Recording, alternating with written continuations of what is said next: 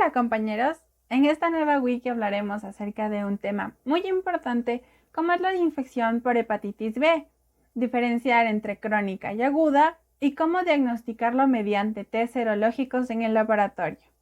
El virus de la hepatitis B es un virus encapsulado que pertenece a la familia de los Hepatnaviridae. Es un virus que puede causar una infección al hígado autolimitada, enfermedad fulminante hepática o puede desarrollarse hasta una enfermedad crónica. El Centro de Prevención y Control de Enfermedades, por sus siglas en inglés CDC, dividió en el 2012 a las enfermedades causadas por el virus de la hepatitis B de dos tipos, en aguda y en crónica. Una infección aguda por hepatitis B se caracteriza por tener síntomas muy comunes en las infecciones virales hepáticas, como puede ser fiebre, dolor de cabeza, náuseas, vómitos, anorexias y dolor abdominal, en combinación con ictericia y enzimas hepáticas elevadas como son la alanino-aminotransferasa por sus siglas ALT en más de 100 unidades por litro. En segundo lugar, tenemos las infecciones causadas por hepatitis B de tipo crónicas. En este tipo de infecciones puede o no haber la presentación de síntomas, así como puede haber o no la presentación de enfermedad hepática, pero va a haber un rango de enfermedad desde la enfermedad crónica por hepatitis B, pasando por cirrosis hepática hasta llegar a cáncer de hígado. Ahora, como un recorderis rápido acerca de lo que ya vimos en anteriores semestres, les voy a hablar acerca de la estructura del virus de la hepatitis B y cómo se produce su replicación dentro del cuerpo humano cuando se produce una infección.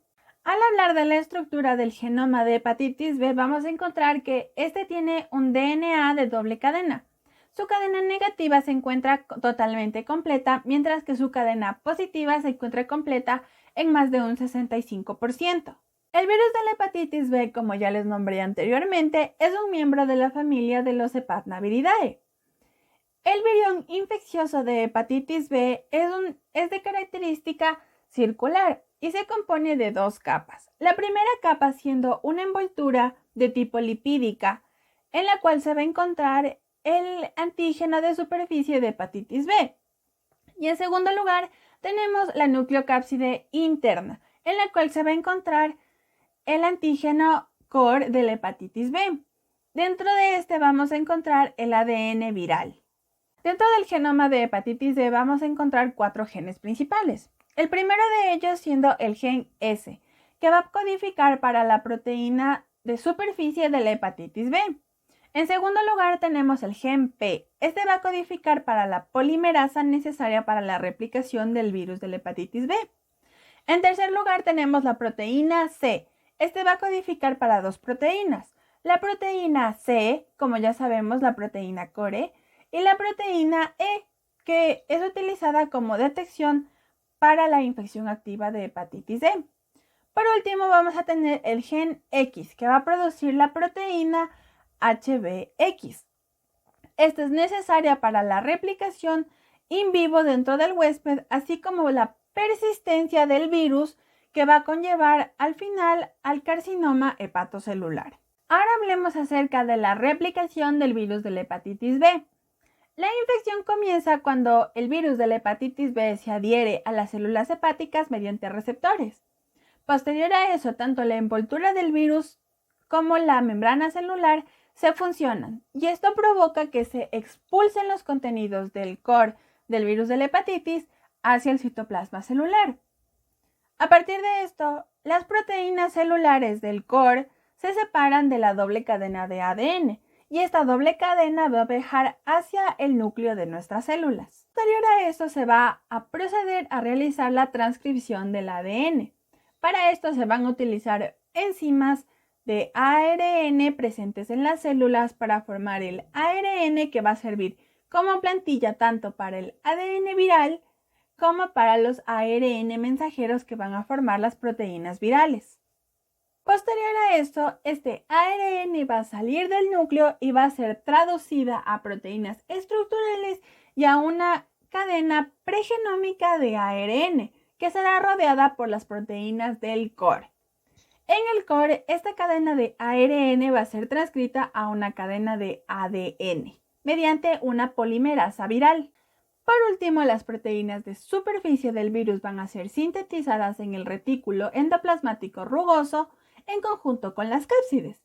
Y posterior a eso, el virus será expulsado de la célula a seguir infectando más células hepáticas. Ahora, con este pequeño recorderis acerca de la estructura y de la replicación del virus, vamos a saber para qué sirven cada prueba serológica para el diagnóstico de la enfermedad. En primer lugar, tenemos al antígeno de superficie de la hepatitis B. Este nos va a demostrar que existe una infección activa. Se va a encontrar elevado tanto en las infecciones agudas como crónicas y nos va a demostrar que el paciente todavía es infeccioso a otros pacientes. En segundo lugar, tenemos al anticuerpo antiantígeno de superficie de la hepatitis B. Este va a ser un marcador de la respuesta inmunitaria y normalmente nos va a indicar que el paciente ya se ha sanado de la infección, aunque también si el paciente fue vacunado puede indicarnos que ha habido una vacunación exitosa. En tercer lugar, tenemos al anticuerpo IgM contra el antígeno core de la hepatitis B. Este se va a encontrar presente en una infección aguda y se va a encontrar elevado durante 6 meses posterior a la infección. En cuarto lugar, tenemos a los anticuerpos totales anti-antígeno core. Este se va a presentar desde el inicio de los síntomas y va a estar presente durante toda la vida. Por último, tenemos al antígeno E. Este va a ser un marcador de infección activa. Al igual que el antígeno de superficie, este se puede encontrar presente en infecciones agudas y crónicas y nos va a indicar que el paciente es infeccioso a otros pacientes. Como ya vamos a ver en la enfermedad crónica, un paciente que tenga un antígeno E positivo sirve de valor pronóstico. Listo, ahora nos vamos a centrar principalmente en una infección aguda. En la infección aguda, el periodo de incubación puede ser de 2 a 3 meses. En este tipo de enfermedad vamos a diferenciar 3 fases muy importantes. En primer lugar, tenemos la fase preictérica. En esta va a durar más o menos hasta una semana. Vamos a encontrar síntomas como dolor de cabeza, fiebre, náuseas, fatiga. Vamos a encontrar de igual manera valores de ALT elevados y la presencia del antígeno de superficie en suero, así como el ADN viral. En segundo lugar, tenemos la fase ictérica. Esto va a durar alrededor de 1 y 2 semanas y a los síntomas anteriores se les van a agregar síntomas como dolor abdominal e ictericia. De igual manera, se va a encontrar una carga viral disminuida. Por último, tenemos la fase convalescente. En esta, la ictericia se va a ir, pero los síntomas pueden persistir durante unas semanas. En esta fase ya no vamos a encontrar antígeno de superficie ni ADN viral dentro del suero del paciente. Para realizar el diagnóstico de una enfermedad aguda por hepatitis B, se deben combinar la sintomatología que ya les había nombrado antes y enzimas transaminasas hepáticas elevadas. En este caso, la transaminasa ALT se va a elevar más que la AST. Por lo tanto, en el radio AST-ALT se va a encontrar menor a 1. El diagnóstico, sin embargo, debe ser confirmado con pruebas serológicas. En este caso, en una infección aguda vamos a encontrar un antígeno de superficie positivo y anticuerpos IgM anticore positivos. Ahora hablaremos acerca de la infección crónica. En el 2018, la Asociación Americana para el Estudio de Enfermedades Hepáticas clasificó a la enfermedad crónica en 4 estadios. En primer lugar, tenemos la fase inmunotolerante. En esta fase lo que se va a encontrar es una alta replicación viral, pero una baja respuesta inflamatoria. En el laboratorio vamos a encontrar niveles de transaminasas normales, una alta carga viral con mayor a 1 millón de unidades por mililitro y el antígeno E positivo. En segundo lugar, tenemos la fase inmunoactiva con el antígeno E positivo. En esta fase vamos a encontrar transaminasas elevadas y también una replicación viral elevada, pero esta sí va a ser menor a la fase anterior. Únicamente encontraremos valores superiores a 20.000 unidades por mililitro. Y como su nombre ya lo dice, vamos a encontrar un antígeno E positivo. En tercer lugar, vamos a tener la fase inactiva crónica. En esta vamos a encontrar niveles de transaminasas normales. Vamos a encontrar una carga viral muy baja o indetectable, menor a 2000 unidades por mililitro. De igual manera vamos a encontrar un antígeno E negativo, mientras que un anticuerpo anti-antígeno E va a estar positivo. En la cuarta y última fase vamos a tener la inmunoreactivación. En esta fase lo que vamos a encontrar son niveles de ALT elevados con una replicación viral más o menos elevada. Es decir, que vamos a encontrar más de 2000 copias por mililitro. Pero vamos a tener un antígeno E negativo. Una condición que tenemos que tener muy en cuenta dentro de las infecciones crónicas es las infecciones ocultas. Esta se produce cuando existe una replicación competente y persistente de ADN viral dentro del hígado en pacientes que tienen pruebas de antígenos de superficie negativos. Para el diagnóstico serológico de enfermedades crónicas por hepatitis B los vamos a dividir en tres. La enfermedad crónica con antígeno E positivo, la enfermedad crónica con antígeno E negativo y, por último, los portadores inactivos. En el primer caso, cuando existe una infección por hepatitis B crónica y hay un antígeno E positivo, vamos a encontrar los siguientes resultados. En primer lugar, el antígeno de superficie se va a encontrar positivo por más de 6 meses, mientras que el anticuerpo anti-antígeno de superficie se va a encontrar negativo.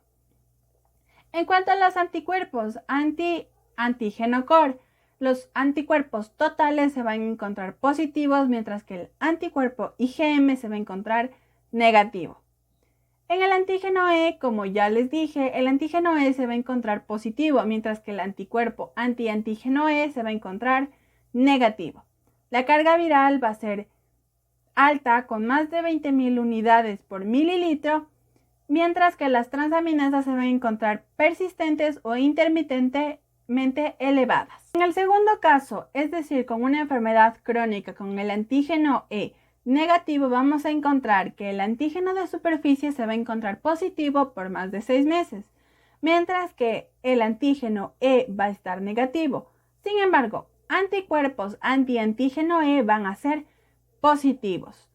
En cuanto a la carga viral, vamos a encontrar un valor entre 2.000 y 20.000 unidades por mililitros con una ALT persistente o intermitentemente elevada. En el último caso de portadores inactivos, vamos a encontrar que el antígeno de superficie se va a encontrar positivo por más de 6 meses, mientras que si hablamos de anticuerpos anti-antígeno core, el anticuerpo IgM se va a encontrar negativo, mientras que los totales se van a encontrar positivos.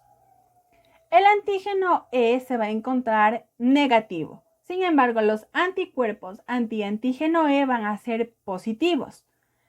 En los niveles de carga viral van a ser niveles muy bajos o indetectables, es decir, menor a 2.000 unidades por mililitro. Y los niveles de ALT van a ser normales. Por último, al hablar de carga viral tenemos que aquí hacer una pequeña acotación.